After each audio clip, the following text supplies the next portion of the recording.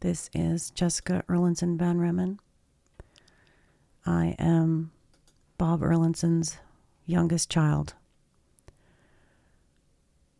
Dad was the perfect example of, if I've got a dime, you've got a nickel. And I saw that watching him with his friends many times. And I noticed they rarely paid him back. And I asked him at one point, why would you loan that guy money when you know he didn't pay you back last time? And he said, when you loan money to someone, what you're really doing is helping them out in that moment.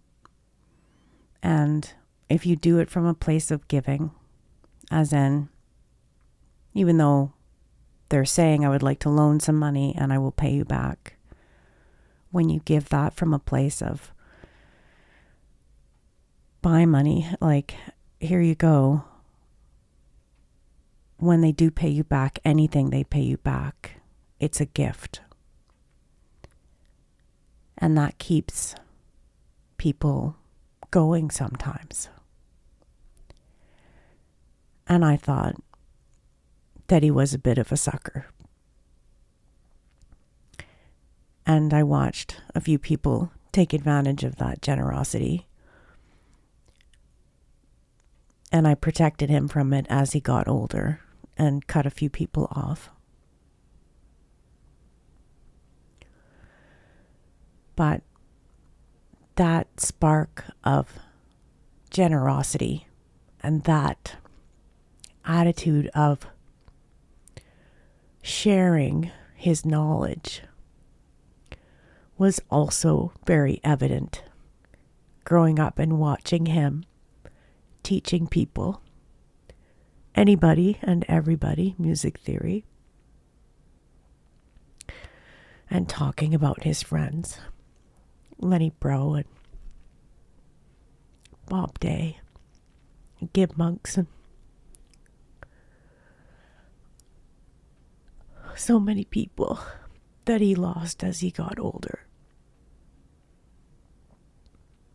And knowing that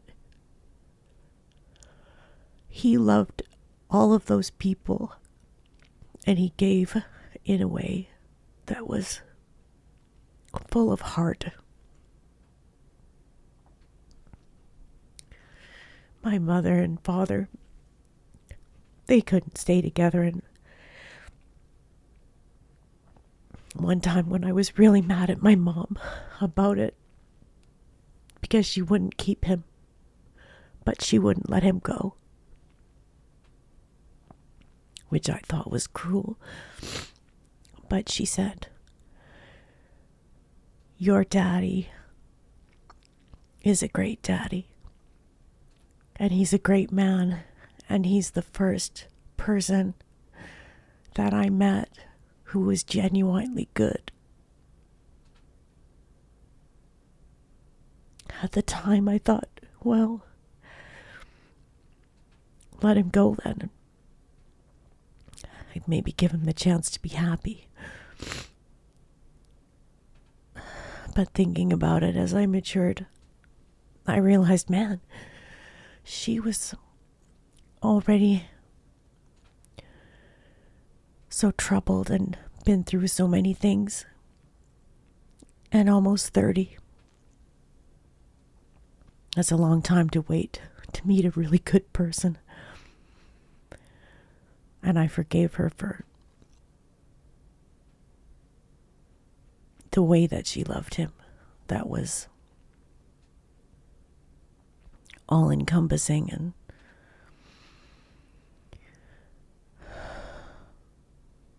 it was the way they loved each other. I always preferred the company of my father. And I know that hurt my mom. But in speaking to so many people over the last couple of days, one thing has come up again and again, and that's My dad created a kind of umbrella wherever he went, a kind of sheltering energy for the sensitive artists.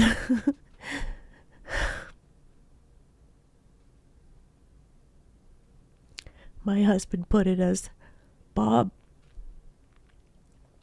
treated everybody like they were the artist they have within them. Whether they were bashing tin or making countertops or driving trucks. He talked to everybody like they were capable of making amazing art and music. He talked to everybody like they were intelligent, like they deserved to be treated with respect.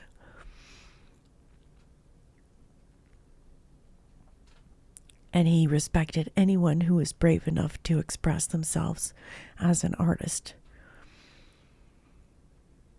Even if he didn't like what you were playing because it wasn't jazz.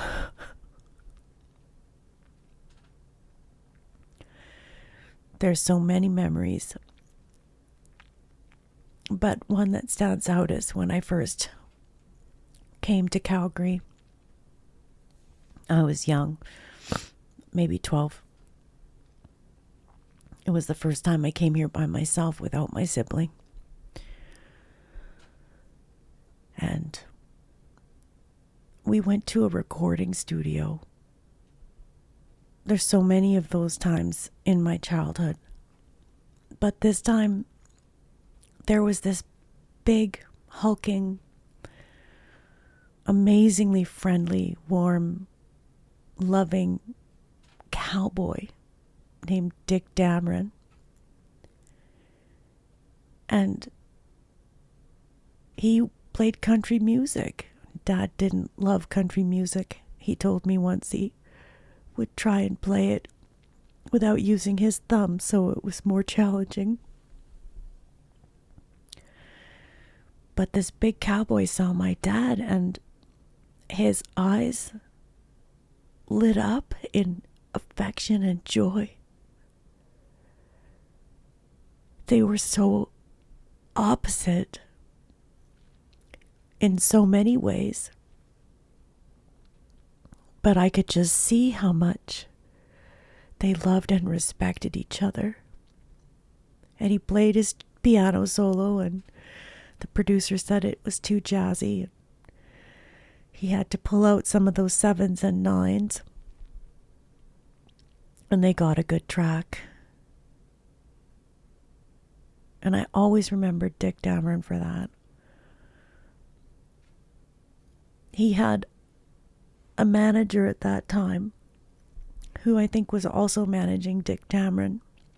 Her name was Dartha Thompson. And she kind of took care of me like an extra mom a few times.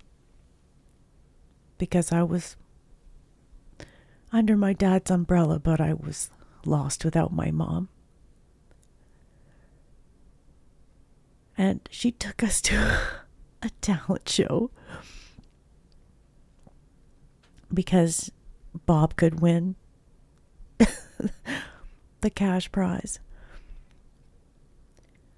And he played music box dancer. And he said to me afterwards, you know, I'd really rather not ever play that song. It's so dumb. But the people, they loved it. It was so beautiful. He didn't win first prize. But I learned a lot watching things like that. I learned a lot about personal integrity from my dad.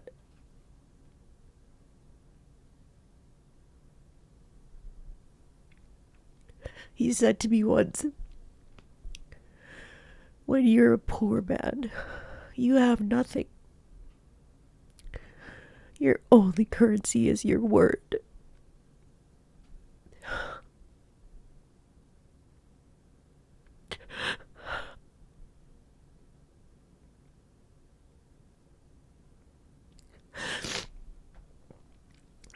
he said, if you tell someone that you're going to help them, or you're going to show up and play a show, or you're going to bring your piano, or you're going to bring the sheet music, you have to do it. You have to do it, and you have to show up, and you have to have a smile on your face, and you have to stay grateful.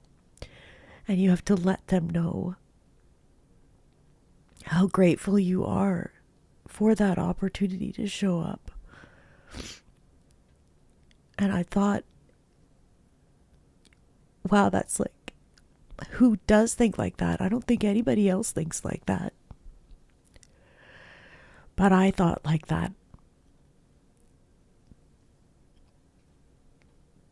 I thought, you know what? Whether I'm poor, if I ever have any success in salvaging this legacy that my dad has built over the course of his lifetime,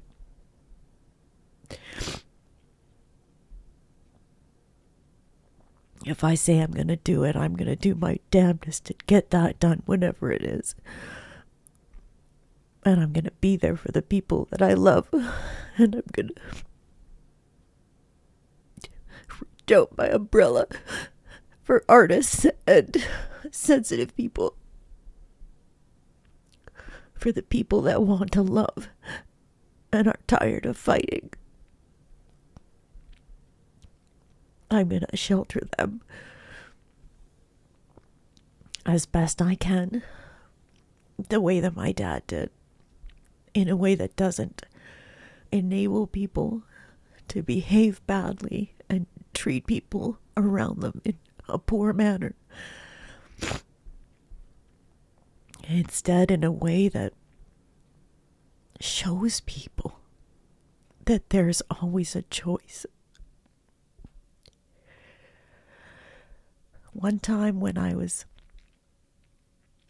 with my dad at the hospital, and he was already almost 90, and he had fallen and broken his right wrist.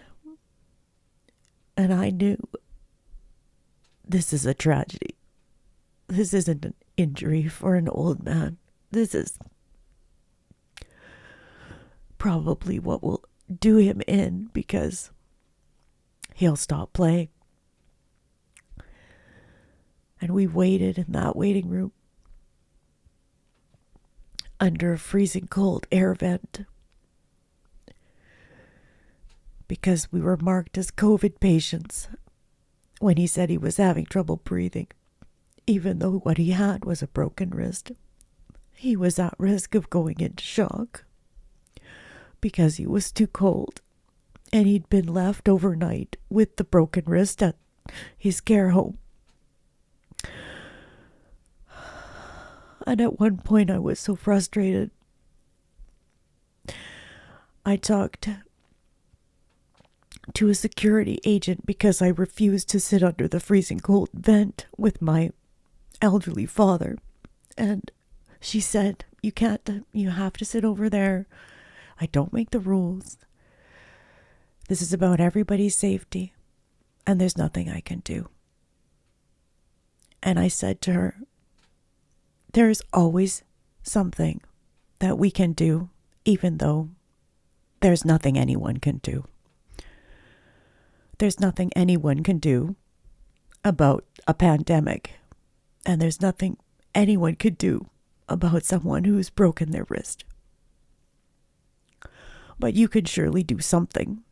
And if you don't, I'm considering calling the media, because my dad is a famous jazz musician. He's a Canadian treasure. And he's 90 years old with a broken wrist.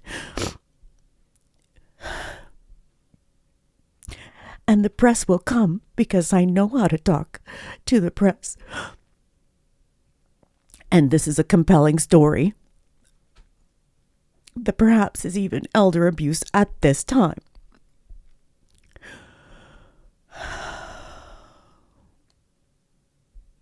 And a few minutes later, they took him back and did the bare minimum of care for him. And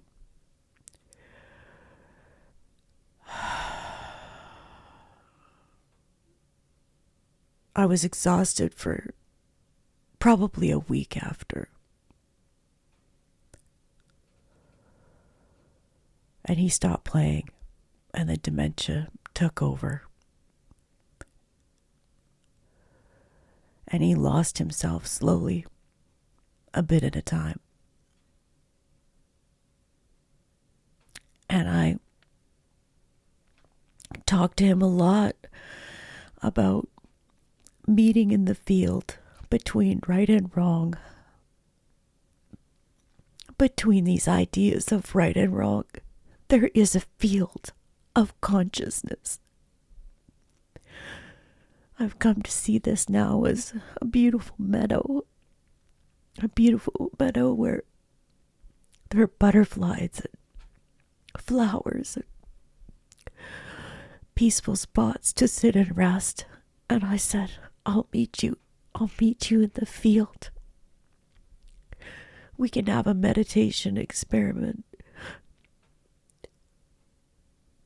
And consciousness never dies.